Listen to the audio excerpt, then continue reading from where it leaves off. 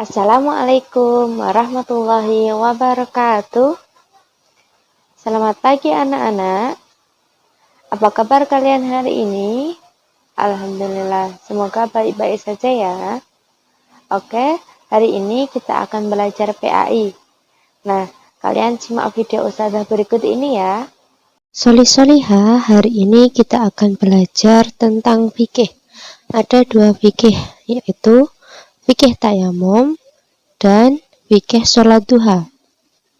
Yang pertama, kita akan membahas tentang fikih tayamum. Apa itu tayamum? Tayamum itu pengganti wudhu yang seharusnya dengan air diganti dengan debu. Lalu, siapa saja ya yang diperbolehkan bertayamum? Yang pertama, orang yang tidak menemukan air setelah mencarinya sungguh-sungguh. Jadi, kalau ada orang yang di daerahnya tidak dapat menemukan air, kemudian dia sudah bersungguh-sungguh dalam mencari air, maka dia diperbolehkan dengan bertayamum. Yang kedua, orang yang sakit dan dikhawatirkan jika menggunakan air, maka sakitnya semakin parah. Nah, kalau ada orang yang sakit, kemudian dia sakit parah seperti luka di sekujur tubuh, maka dia diperbolehkan bertayamum. Rukun tayamum. Apabila kita hendak bertayamum, maka kita harus memenuhi rukun tayamum. Sebab apabila tidak, maka tayamum kita tidak sah. Nah, rukun tayamum ada 4, yaitu pertama, niat. Yang kedua, mengusap muka dengan tanah atau debu. Yang ketiga, mengusap kedua lengan sampai siku dengan tanah atau debu. Yang keempat, tertib, yaitu berurutan. Sunnah tayamum. Selain rukun tayamum, ada hal-hal yang disunahkan dalam melaksanakan tayamum. Sunnah tayamum diantaranya adalah yang pertama, membaca bismillah. Yang kedua, meniup tanah atau debu dari 2 telapak tangan agar debu menjadi tipis. Yang ketiga, mendahulukan yang kanan dari yang kiri. Lalu, bagaimana cara bertayamum? Yang pertama, membaca basmalah sambil meletakkan kedua telapak tangan di atas tanah atau debu, kemudian ditiup ketika membaca niat tayamum di dalam hati. Yang kedua, mengusap kedua telapak tangan ke muka dengan 1 usapan. Yang ketiga, meletakkan kembali kedua telapak tangan pada debu atau tanah, kemudian meniupnya. Lalu mengusapkan kedua telapak tangan, boleh juga sampai lengan atau siku-siku. Jadi, mengusap telapak tangan sebenarnya sudah cukup. Adapun mengusap sampai kedua lengan adalah bagian dari kehati-hatian saja. Yang keempat, membaca doa seperti selesai wudhu. Hal yang membatalkan tayamum. Nah, solih-solihah masih ingat apa saja yang membatalkan wudhu? Ya, semua yang membatalkan wudhu juga membatalkan tayamum. Dan karena salah satu sebab diperbolehkannya tayamum adalah tidak adanya air, maka tayamum akan batal jika sudah ada air. Nah, solih-solihah, tadi kita sudah membahas tentang fikih tayamum. Kedua, kita akan membahas tentang fikih sholat duha. Yang pertama, tentang hukum sholat duha. Nah, definisi sholat duha yaitu sholat sunnah yang dilakukan waktu duha.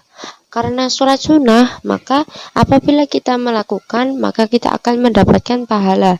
Dan kita tidak akan mendapatkan dosa jika tidak melakukannya. Waktu sholat duha. Waktu sholat duha dimulai sejak matahari beranjak naik setinggi kira-kira 1 tombak. Dan berakhir ketika matahari bergeser dari tengah ke arah barat. Sedangkan waktu yang dianjurkan adalah ketika matahari sudah tinggi dan panasnya sudah terasa. Jumlah rakaat sholat duha. Nah, jumlah rakaat sholat duha itu ada 3. Boleh dilakukan 2 rakaat atau 8 rakaat, dan boleh juga dilakukan 12 rakaat. Itu semua adalah contoh dari Rasulullah. Keutamaan sholat duha. Banyak sekali keutamaan sholat duha, di antaranya yang pertama, 2 rakaat sholat duha dapat mewakili 360 sedekah. Rasulullah pernah bersabda, pada manusia ada 360 sendi. Setiap sendi harus dikeluarkan sedekah. Para sahabat bertanya, siapakah yang mampu melaksanakannya wahai Rasulullah?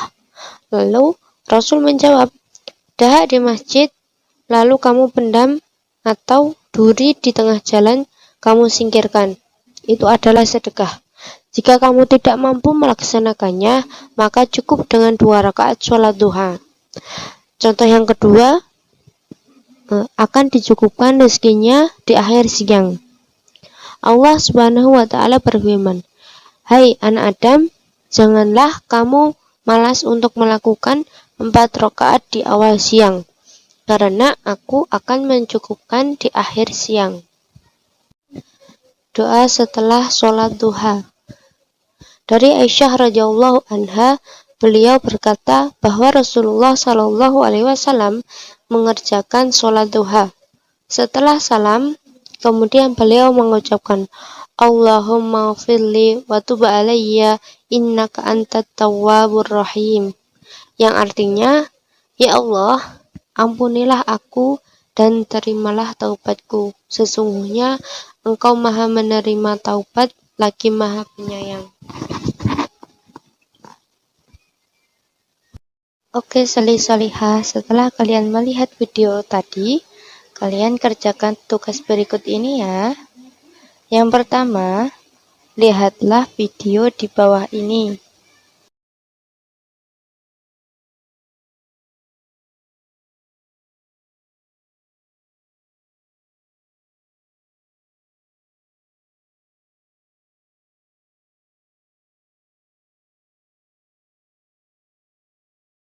Dua, ayo praktek tayamum di rumah. Video dikirim ke Ustazah. Nanti Ustazah siapkan linknya. Oke? Itu tadi sedikit pembahasan tentang pelajaran PAI hari ini. Ustazah akhiri sampai di sini. Akhirul kalam. Wassalamualaikum warahmatullahi wabarakatuh.